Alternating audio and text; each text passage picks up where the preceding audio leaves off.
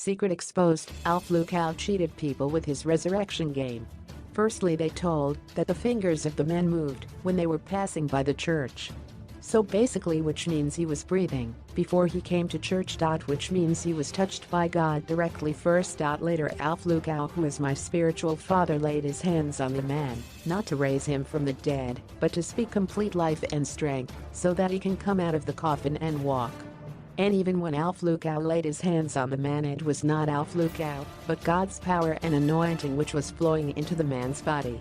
Alph lukau's hand was just a point of contact for divinity to reach humanity. And the man's mouth being opened doesn't imply to the fact that he wasn't dead.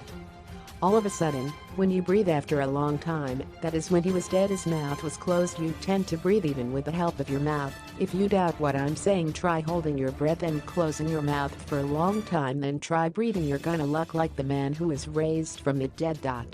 When you are completely weak without eating and drinking for 2 days and not knowing where you are after waking up, you're gonna be in the same shock as the man is in. And coming to Alph lukau, giving him food to eat and water to drinking, that is love, care and generosity.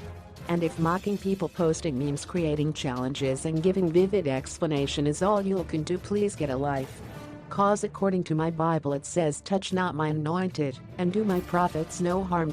And I plead you don't touch my spiritual father, it's gonna be real bad for you. Stop it before God's anger rages against you. Stop playing with Alph lukau and his God. He doesn't owe you an explanation.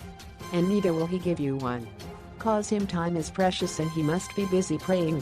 Keep your suggestions and explanation for yourself. Many might be supporting you against Alph lukau, but we are on his side. In fact, God is on our side.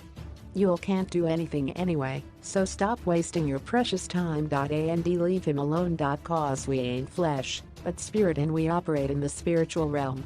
My Bible says those who are born of the flesh are flesh, and those who are born of the Spirit are spirit, and we are born of the Spirit baptized. So don't just get yourself a Bible, but the Holy Spirit, so that you may see the truth, and the truth will set you free.